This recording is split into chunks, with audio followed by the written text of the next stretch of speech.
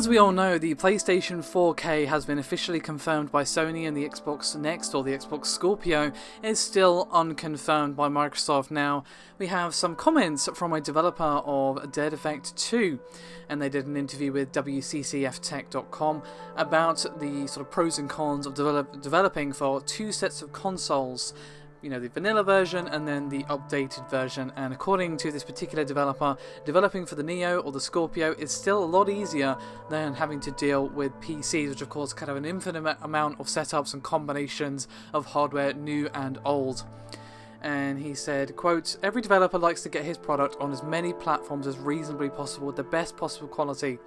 The enhanced console versions might provide enough power to support the 4K resolution, and that would definitely be great. If all we had to do was create two performance profiles for standard and enhanced consoles, we're definitely interested. It will be still a lot easier than attempting to provide enough settings for a wild variety of PCs in the world."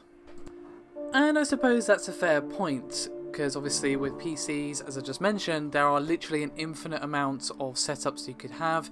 You could have like a really good GPU with a really sort of not so great CPU, or the other way around. You could have different amounts of RAM compared to your neighbour down the street. You know, your neighbour down the street could have like, you know, top of the line hardware, and you could have an inherited PC that's like 3 or 4 years old, which is still good enough to run most games at decent quality, but is still not going to be as powerful as your neighbour's expensive machine down the street or whatever. You know, you get my point. There are all sorts of things to consider, and developing for PC and getting the optimization right is definitely hard work. So I suppose when you compare, so just standard, enhanced consoles, that's a lot easier for a developer to sort of go, yeah, okay, cool. But I suppose when you're a sort of console-only developer, it could be a bit of a pain. Say, for example, like Guerrilla Games, who are working on Horizon Zero Dawn, say to them, hey, by the way, you have to develop for two versions of this particular hardware. That's obviously going to be a bit of sort of uncharted waters, I guess you could say, for them, because obviously they don't really develop for PC most of the time, so they're going to be like, oh, okay, so now we have two versions of the game and one's not going to be as good as the other. I think it's still going to be a bit of a hard sell for some developers that, you know, one version of their game rather is going to be quote-unquote inferior to the other, and they've got to sort of spend development time making a better version. Now, obviously, not everyone's going to put the development time into a better version. Indie devs are not going to be able to do that.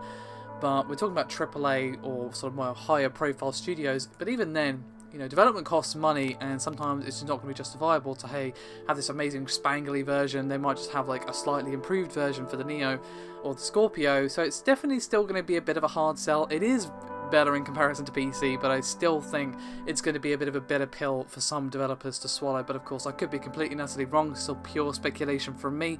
But I want to know your thoughts on his opinions and the sort of implications of those opinions and what I had to say as well. Love to hear your input as always. So thank you again for watching. Always appreciated, and I'll see you next time.